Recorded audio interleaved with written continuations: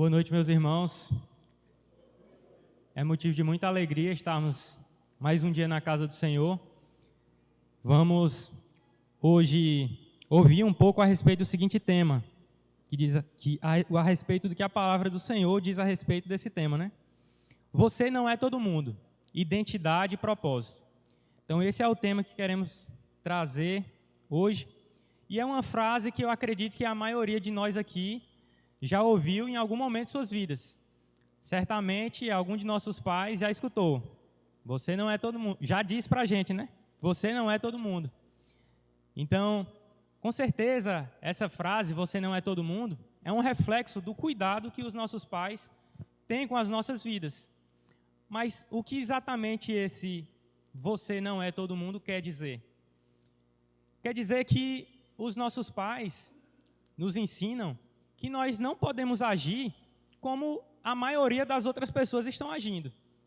Quer dizer que nossos pais nos ensinam a andar por um caminho diferente do que, pelo menos, a maioria das pessoas que estão à nossa volta estão andando. Vou convidar agora aqui os irmãos a abrirem as suas Bíblias, o livro de Romanos, no capítulo 12. Versículos 1 a 8. E eu convido a igreja a se colocar de pé em reverência à palavra do Senhor. Romanos capítulo 12, versículos de 1 a 8.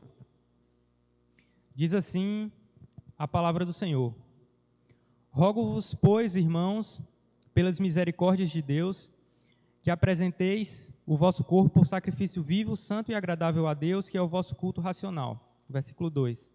E não vos conformeis com este século, mas transformai-vos pela renovação da vossa mente, para que experimenteis qual seja a boa, agradável e perfeita vontade de Deus. Porque pela graça que me foi dada, digo a cada um dentre vós, que não pense de si mesmo além do que convém. Antes, pense com moderação, segundo a medida da fé que Deus repartiu a cada um. Porque assim como num só corpo temos muitos membros, mas nem todos os membros têm a mesma função, assim também nós, conquanto muitos, somos um só corpo em Cristo e membros uns dos outros. Tendo, porém, diferentes dons segundo a graça que nos foi dada. Se profecia, seja segundo a proporção da fé; se ministério, dediquemo-nos ao ministério; ou que ensina, esmere-se no fazê-lo; ou que exorta, faça-o com dedicação; o que contribui com liberdade; o que preside com diligência; quem exerce misericórdia com alegria. Podeis sentar-nos. Oremos. Senhor Deus, nosso Pai Santo, nós te louvamos por a Tua palavra, Senhor Deus, que é santa e é luz para as nossas vidas. Nós te clamamos, ó Pai, que o Senhor ilumine o nosso entendimento agora, Senhor Deus, para que possamos extrair da Tua palavra aquilo que o Senhor deseja para as nossas vidas. Pois essa é a nossa oração que fazemos no nome do Teu Filho Jesus. Amém. Meus irmãos, durante a história da humanidade, nós podemos perceber que de tempos em tempos, padrões... Obrigado. Que de tempos em tempos, padrões surgem. E nos nossos dias, se nós pararmos para olhar como a maioria das pessoas vivem, como é que nós podemos dizer em que linha o mundo está andando? Qual é o padrão que o nosso tempo, que a nossa época está seguindo? Se nós olharmos para a maioria das pessoas que nós conhecemos, nós vamos ver que existe uma busca por reconhecimento, que existe uma busca por status, existe uma busca por fama. As pessoas elas têm sentido cada vez mais a necessidade de terem suas opiniões ouvidas, principalmente depois das redes sociais. Depois das redes sociais, cada um quer se tornar uma influência na vida das outras pessoas. Cada um quer se sentir importante. Vemos que a maioria das pessoas sentem essa necessidade de alcançar um padrão de beleza e um padrão de riqueza. Que elas sentem a necessidade de alcançar determinado número de seguidores e mostrar ao mundo e mostrar para as outras pessoas que elas foram capazes de construir alguma coisa. Mas acontece que essa exposição, ela acaba chegando a um nível tão alto que as pessoas acabam adoecendo por se compararem umas com as outras. Sendo que muitas vezes a realidade que é mostrada nas redes sociais, elas não refletem a verdade, não refletem a realidade. Mas temos visto que muitos jovens e adolescentes, e até mesmo adultos, têm sido pressionados a adotarem esse padrão de vida. Têm sido pressionados a adotar esse padrão de vida do mundo. Quando na realidade a palavra de Deus diz em Eclesiastes 3:11, diz o seguinte: Ele fez tudo apropriado a seu tempo, também pôs no coração do homem o anseio pela eternidade. Então o Senhor colocou no coração de cada um de nós o desejo por aquilo que é eterno, no qual essas demais coisas jamais iriam preencher, nem fama, nem riqueza, nem reconhecimento, seriam capazes de completar as nossas vidas, de trazer identidade e propósito para as nossas vidas. Nenhuma das ofertas que o mundo oferece é suficiente para trazer sentido à vida do homem. Nós lemos agora, meus irmãos, o texto de Romanos, no capítulo 12, e a gente pode dividir essa carta de Paulo aos Romanos em duas partes principais. A primeira parte que iria do capítulo 1 até o capítulo 11. Nesses capítulos, eles são apresentadas verdades teológicas da doutrina da palavra de Deus. Enquanto do capítulo 12 até o versículo 16, Paulo ele detalha ali o trabalho prático na vida de cada um dos cristãos. Então temos em Romanos essa parte doutrinária do capítulo 1 até o capítulo 11, e do capítulo 12 em diante, que foi o que nós acabamos de ler, Paulo vai detalhar como aplicar esses ensinamentos, essas doutrinas, nas nossas vidas. E algumas das doutrinas que Paulo vai trazer no livro de Romanos, algumas das principais doutrinas, é a doutrina da universalidade do pecado, a doutrina da justificação pela fé e a doutrina da salvação pela graça. E aí vamos ao versículo 2. O versículo 2 nós acabamos de ler, diz o seguinte: os irmãos podem ficar com suas Bíblias abertas nesse texto. E não sedes conformados com este mundo. Diz assim a primeira parte desse versículo. Mas o que significa esse se conformar com o mundo? Se conformar aqui significa adotar uma posição de afastamento do mundo? Será que esse não se conformar é se afastar da maioria das atividades que o restante das pessoas fazem juntas?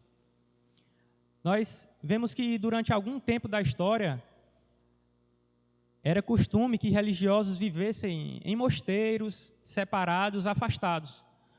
Talvez eles entendessem que esse não se conformar com o mundo fosse se afastar das coisas do mundo, se afastar dos diversos tipos de trabalho que existem no mundo, enfim.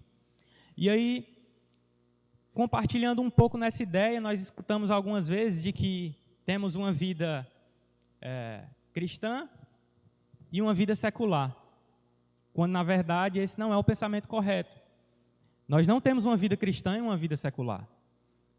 Nós temos um único tipo de vida, que é a vida com Jesus Cristo, que é a vida como cristão. Então, com certeza, não se conformar com este mundo aqui, no versículo 2, não se trata de se afastar do mundo, porque nós sabemos que o Senhor nos chamou para fora, o Senhor nos chamou para fazer a diferença no lugar que estivermos. Então, não se conformar com esse mundo não quer dizer se afastar dele. Então, o que seria esse conformar no texto? Conformar quer dizer adotar uma postura externa, diferente do nosso posicionamento interior. Será que nós temos feito isso, irmãos? Se conformar significa adotar uma postura que não condiz com o que eu creio. Se conformar aqui é abaixar a cabeça diante das afrontas ao evangelho do reino que nós sofremos, seja no nosso trabalho, seja na faculdade. Quando nós escutamos ensinamentos perversos a respeito da forma de viver, quando nós escutamos pessoas defendendo a morte de crianças, por exemplo, e coisas tão absurdas como o próprio Paulo retrata no capítulo 1 de Romanos, quando nós escutamos essas coisas e nós simplesmente deixamos para lá, significa que nós estamos nos conformando com o mundo. Quando nós vemos que no ambiente de ensino superior, por exemplo, muitas instituições não aceitam que a palavra de Deus seja pregada, e quando nós baixamos as nossas cabeças e aceitamos isso, e não falamos da palavra de Deus nesses locais, nós estamos nos conformando com esse mundo também. E aqui eu lembro que quando o Senhor me chamou, Ele usou justamente uma pessoa para falar comigo na universidade. Eu havia acabado de ingressar na faculdade, tinha 16 anos, e aí um senhor ali, que era bem mais velho do que eu, começava a falar ali na hora dos intervalos, colocava uma cadeira ali do lado de fora da sala, e aí ele começou a falar da certeza da salvação. E eu até então nunca tinha ouvido falar daquilo. Como é que eu vou ter a certeza que eu sou salvo? Como é que eu vou poder ter a convicção disso? Até então era impossível para mim. Só que aquele homem falou de Jesus Cristo e ele dizia ali que nós podíamos ter a convicção de que somos salvos, não porque a salvação depende de nós, mas porque a nossa salvação depende da obra que Jesus Cristo realizou na cruz. E ali ele me fez um convite e eu passei um período indo à igreja, passei 3 a 4 meses. Eu chegava lá no último banco da igreja, sentava, escutava a pregação e saía. E assim eu passei 4 meses. Até que eu não resisti ao chamado do Senhor. E o Senhor me deu a convicção, no dia 10 de novembro de 2013, de que eu podia sim ter a certeza de que eu estaria com Cristo nos céus. Porque não dependia de mim. Porque se dependesse de nós, se dependesse de nós nunca teríamos acesso ao Pai. Mas o Senhor realizou essa obra por nós. Porque Ele nos amou quando nós ainda éramos pecadores. Então, se conformar aqui, meus irmãos, não se conformar com este século, é não adotar uma postura externa diferente do que nós cremos. Nós temos que levar isso nos detalhes dos nossos dias. Precisamos viver realmente como pequenos cristos. Nós não podemos esconder o que nós cremos. E quando nós fazemos isso, certamente nós vamos sofrer algum tipo de retaliação. Certamente nós vamos sofrer algum tipo de perseguição. Quando nós não nos conformamos com este século, é natural que nós venhamos sofrer como Cristo sofreu. Mas bem-aventurados aqueles que sofrerem por amor do Evangelho. Mas Paulo diz, não vos conformeis com este mundo. Como é que a gente pode imaginar que seria um mundo nos dias de Paulo? Não vos conformeis com este século, não vos conformeis com este tempo. Então, quando nós vamos olhar a Roma antiga, nós vemos que a idolatria, ela se apresentava ali de forma escancarada na sociedade. Grandes templos eram construídos para adorar falsos deuses, que ora tinham a figura de outras pessoas, de homem, ora esses falsos deuses tinham figuras de astros, do sol, das estrelas, ora esses falsos deuses tinham forma de animais. O fato é que lá em Romanos 1, Paulo fala um pouco a respeito disso.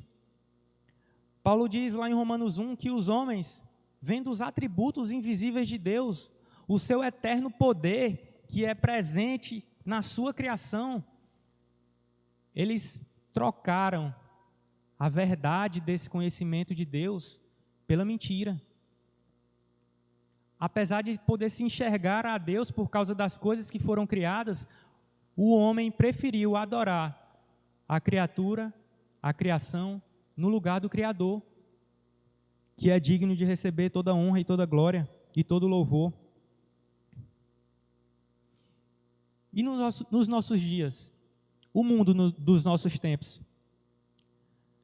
na verdade nós vemos que parece que a humanidade, ela caminha numa marcha realmente sem trégua, para um caminho distante do Senhor. Se naqueles dias de Paulo nós vemos que a idolatria acontecia de forma escancarada, hoje em dia também acontece, mas às vezes também acontece de forma velada nos nossos corações. Também acontece quando nós não priorizamos o reino de Deus. Também acontece quando nós deixamos que outras coisas se assentem no trono de nossas vidas. Só há um único ser que pode completar a nossa existência e que deve governar ela, que é o Senhor.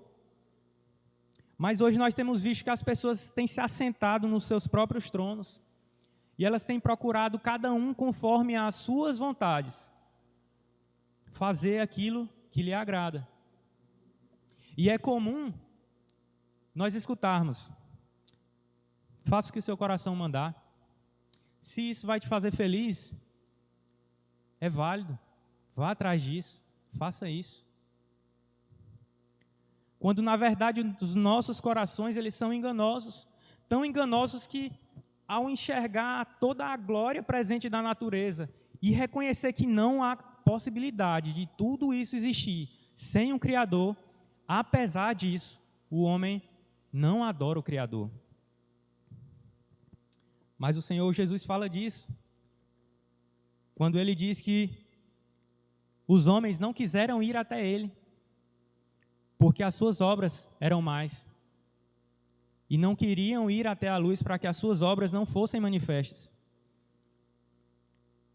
Mas nós vamos até o Senhor, porque sabemos que quando nós formos para a luz, nós não vamos ser exterminados pela santidade de Deus, porque quando nós formos até Jesus, nós não vamos ser consumidos pelo furor da ira de Deus contra o pecado. Uma das doutrinas que Paulo amplamente fala no livro de Romanos é a da justificação pela fé. É por isso que nós não somos exterminados na presença do Senhor e podemos ter a garantia da nossa salvação. Porque quando o Senhor olhar para nós, Ele não vai ver mais o Wellington pecador. Ele vai ver o Wellington redimido pelo Senhor Jesus Cristo. E assim é com cada um de nós. Cristo olha para nós e não nos imputa mais os nossos pecados quando nós cremos no nome do unigênito de Deus. Porque foi esse o meio que Deus estabeleceu desde a eternidade para que nós pudéssemos ser salvos. Não foi um plano B. Foi o plano de Deus. Quando o homem pecou, ele não pegou Deus de surpresa. Mas o plano de Deus sempre foi nos salvar o povo de Israel e salvar o povo de todas as nações, através de seu Filho unigênito Jesus Cristo. Nós não podemos nos conformar com esse modo de vida do mundo, porque Cristo, Ele é o nosso resgate, Ele é a nossa salvação.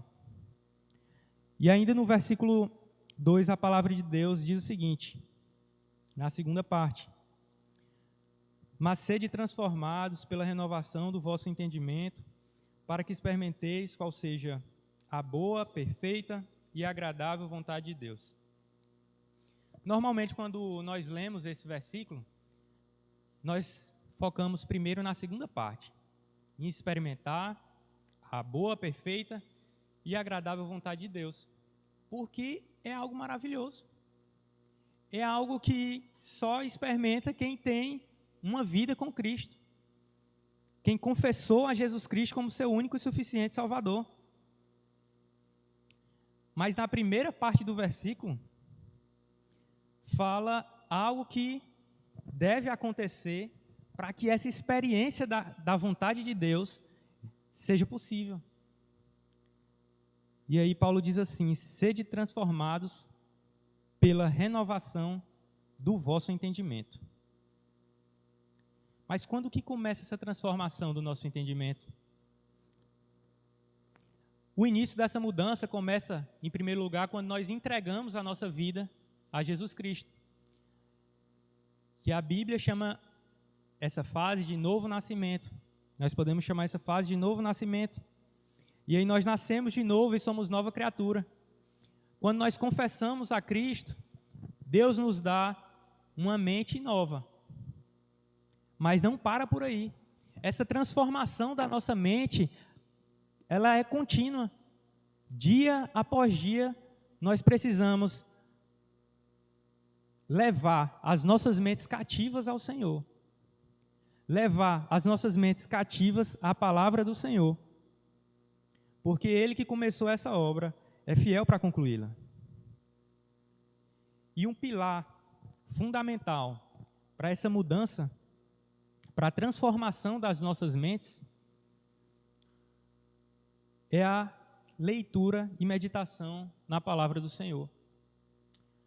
Nós temos visto nos nossos dias muitas pessoas que são crentes ou que se dizem cristãs buscarem direção para as suas vidas através de horóscopos, através de diversas formas. De formas, vamos dizer assim, meio que sobrenaturais. Muitas vezes nós estamos mais interessados em coisas sobrenaturais. Só que não foram esses os meios que Deus usou para revelar a sua vontade aos homens. Deus, Ele não é Deus de confusão. Se Deus tivesse deixado várias formas do homem buscar e entender a vontade dEle, os homens iam ficar: por onde é que eu vou? Qual será o melhor caminho para eu conseguir encontrar a vontade de Deus para a minha vida nessa situação? Será que essa forma, determinada forma é mais fácil? Será que aquela outra é mais fácil? Mas não. Deus é Deus de clareza. E Ele nos deixou a sua palavra para que a gente pudesse buscar a sua vontade, para que a gente pudesse fazer a vontade dEle. Então nós precisamos nos dedicar à meditação na palavra de Deus, porque essa palavra dia a dia vai transformar as nossas vidas. É certo que nas nossas vidas nós nos encontramos em conflitos em várias áreas. E algumas vezes nós não vamos encontrar um versículo específico para aquela área. Por exemplo, o irmão é pescador.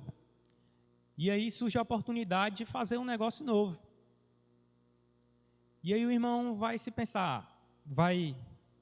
pensar, será realmente que eu devo ir por aqui?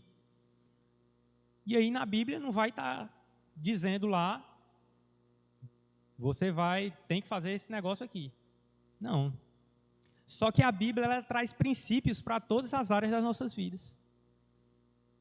A Bíblia ela é completa. É por isso que nós devemos encher as nossas mentes da palavra de Deus. Quando nós, dia a dia, guardamos a palavra do Senhor nos nossos corações, quando chegar nas mais diversas situações, nós vamos estar preparados para tomar decisões segundo a vontade de Deus.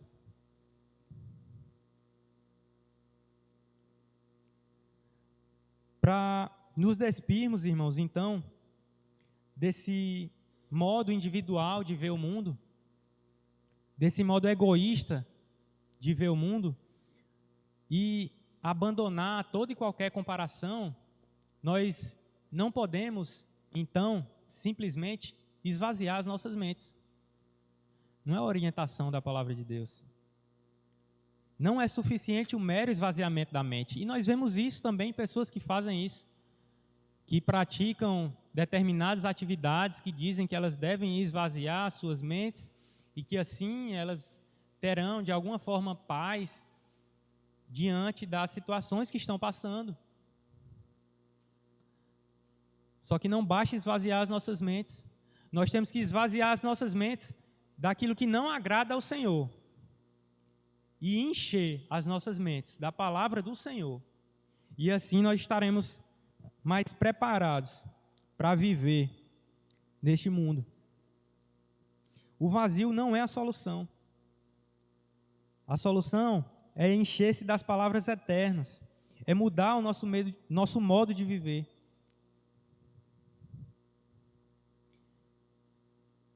E somente assim, somente após essa transformação, somente após encher as nossas mentes, os nossos corações da palavra do Senhor, nós vamos experimentar, nós vamos desfrutar da paz que há em Cristo. Nós vamos desfrutar da boa, perfeita e agradável vontade de Deus.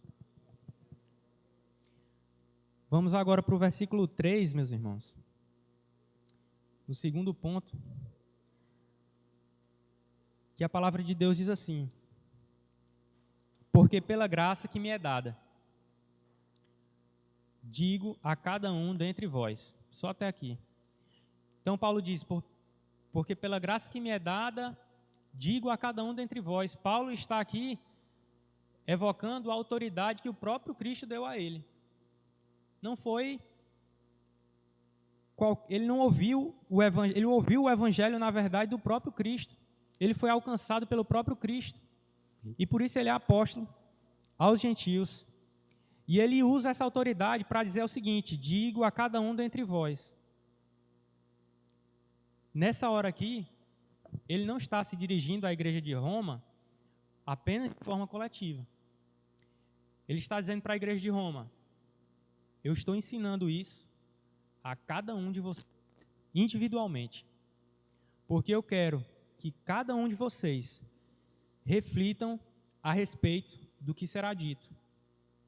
E aí ele diz o seguinte, ele continua depois: digo a cada um entre vós, não pensem de si mesmos além do que convém.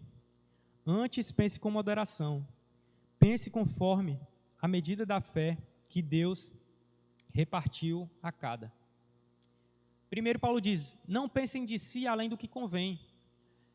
E aí nós vamos analisar um pouco para quem Paulo estava dizendo isso. Num primeiro momento, ele estava falando para o povo de Roma, para os habitantes da capital do maior império daquele tempo. E nós sabemos que aquele povo que vivia naquela cidade, eles possuíam direitos que os outros povos não tinham. Tanto que Paulo foi preso uma vez e foi açoitado, e quando as autoridades souberam que Paulo era romano, mandaram soltar ele, porque ficaram com medo de serem punidos por trazer uma pena a um cidadão sem um julgamento, para um cidadão romano sem um julgamento justo. Então, aquele povo ali de Roma, aquela igreja ali, eles podiam ter o ego um pouco inflado. Mas Paulo, nos primeiros capítulos da carta dele, traz uma condição comum àquele povo ali, com todos os outros povos do mundo, que toda a humanidade compartilha. Paulo já havia ensinado que cada um deles possuía a condição de pecadores. Paulo já havia dito a eles que diante de Deus não há um justo, não há um sequer, porque todos pecaram e estão destituídos da glória de Deus. Paulo já havia dito a eles que todos pecaram e que o salário do pecado é a morte, mas o dom gratuito de Deus é a vida eterna em Cristo Jesus, nosso Senhor. Então, aquele povo, ele já devia estar começando a entender que não havia nenhum motivo para eles se acharem melhores do que os outros, que eles não deviam se comparar com os outros e se acharem superiores, porque estavam todos na mesma condição de pecadores. E essa é uma das razões que nós, povo de Deus, também não podemos nos achar melhor que os outros povos. Porque nós sabemos que somos pecadores e somos salvos pela graça de Deus. não que há algo de bom em nós. E aí Paulo diz: não pensem de si além do que convém, antes pensem com moderação. O que significaria pensar com moderação? Pensar com moderação significa pensar de nós mesmos, evitando excessos. Evitando excessos positivos e evitando excessos negativos também. E aí Paulo diz: pensem com moderação, pensem conforme a medida da fé que Deus repartiu a cada um. E qual seria a medida da fé que Deus repartiu a cada um? Será que Deus teria dado mais fé a um do que a outros? E aí nós precisamos ver o contexto desse texto. Logo na sequência, quando Paulo fala isso, no versículo 3, no versículo 4, ele vai falar da série de dons que Deus distribui. E aqui Paulo está dizendo: pensem de si mesmo, não como convém, mas pensem conforme o que Deus deu para vocês. Pensem de vocês conforme as habilidades que Deus deu para vocês. Quando Deus chama o seu povo, Ele capacita o seu povo, porque Deus, Ele não gosta de preguiçoso. Por isso que Ele dá dons, Ele dá talentos. Eu acho interessante que quando eu não era crente, por algum motivo eu já tinha ouvido falar que o homem tinha que trabalhar porque ele tinha pecado. E aí quando eu comecei a ler a Bíblia, eu vi que antes do homem pecar, em Gênesis, a palavra do Senhor diz que Deus colocou o homem no jardim para o cultivar e o guardar.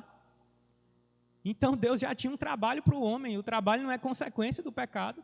Deus já queria que o homem fizesse uma obra ali, no meio do jardim, que ele cuidasse dos animais, que ele cultivasse.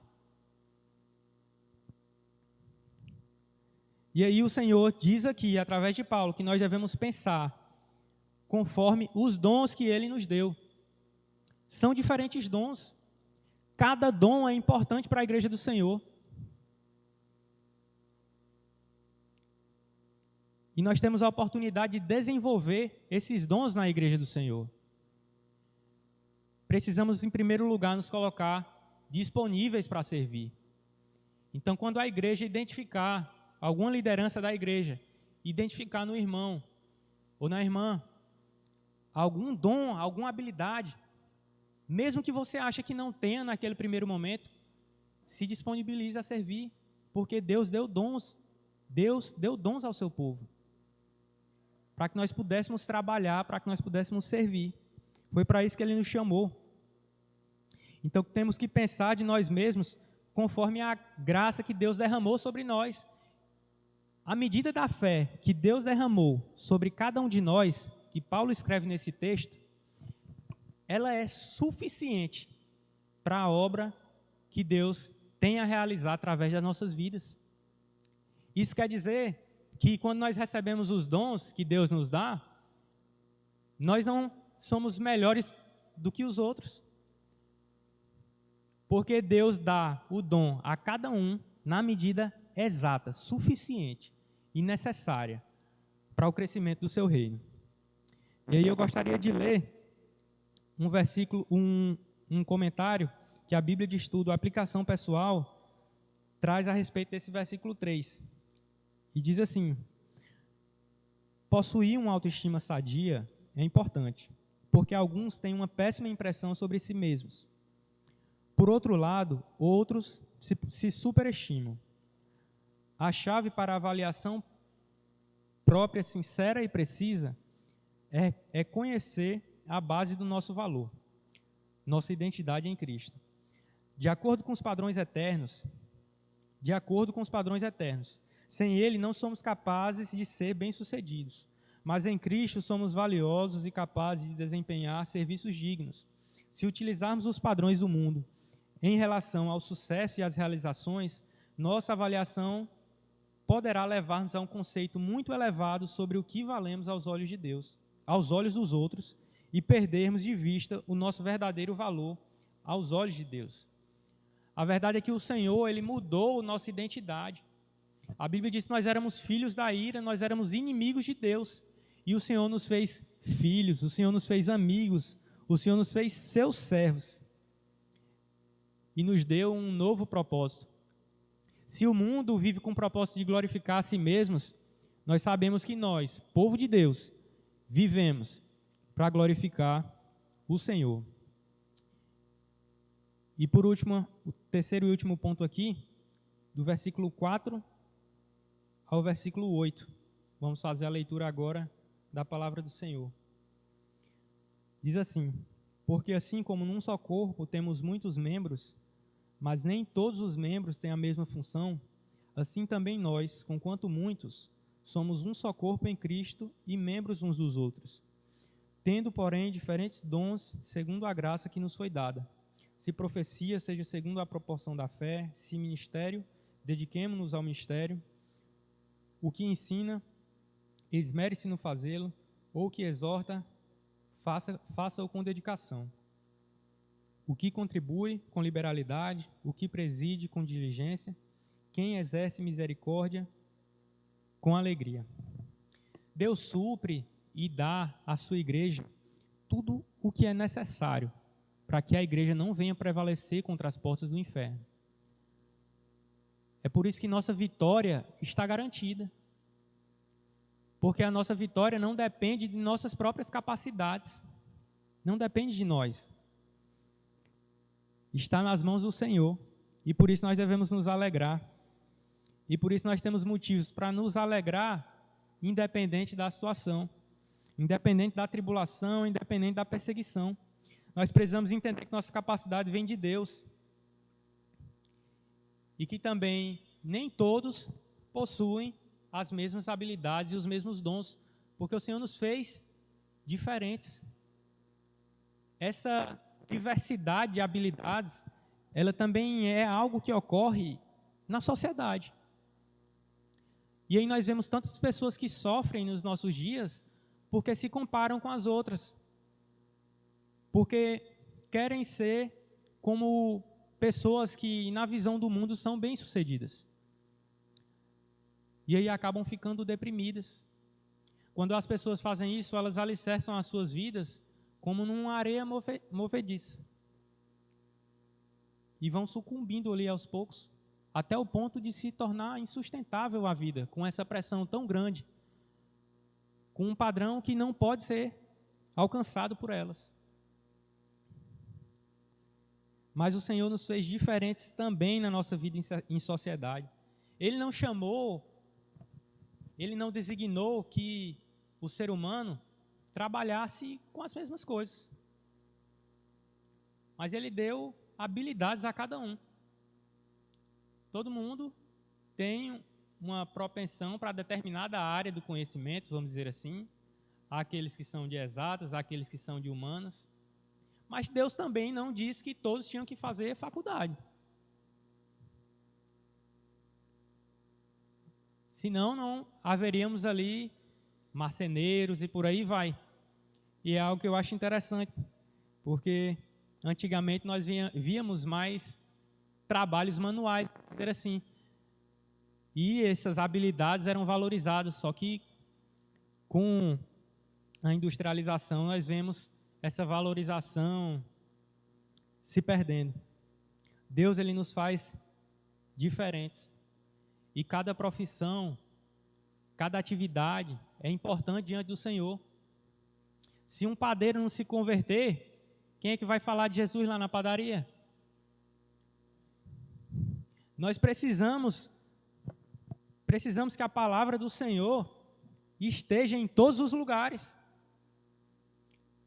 É por isso que o Senhor não nos chamou para uma coisa única, para atividades únicas nesse mundo. E aquilo que nós desempenharmos, nós precisamos ter a certeza de que podemos glorificar o Senhor ali, onde a gente estiver. Nós podemos glorificar o Senhor com o nosso trabalho, seja ele qual for. Mas apesar dessa diversidade, nós temos uma identidade comum em Cristo. Nós temos um propósito comum em Cristo. Em Cristo, apesar da diversidade de profissões, nós somos todos filhos, nós somos todos servos, nós somos todos o seu povo. E em Cristo nós temos um propósito comum de glorificar e pregar o Evangelho, seja qual for a profissão, seja onde Deus nos colocar.